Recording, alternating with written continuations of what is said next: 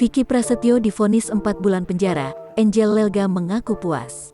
Perseteruan Vicky Prasetyo dengan mantan istrinya, Angel Lelga memasuki babak akhir. Vicky Prasetyo divonis 4 bulan penjara oleh Majelis Hakim Pengadilan Negeri Jakarta Selatan pada Kamis tanggal 9 September tahun 2021 lalu.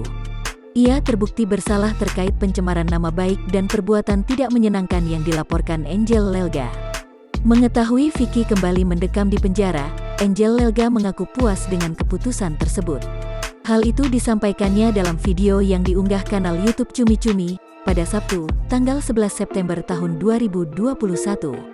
Meski demikian, Angel Lelga mengungkapkan bahwa sebetulnya ia tidak berniat menjebloskan Vicky Prasetyo ke penjara. Baginya, pada saat Vicky berstatus tersangka hingga mendapatkan vonis dari majelis hakim, hal itu sudah menjadi bukti. Angel Lelga pun hanya ingin membuktikan jika Vicky Prasetyo bersalah karena telah menuduhnya berzina dengan lelaki lain. Jangan lupa subscribe, share, komen, dan like ya!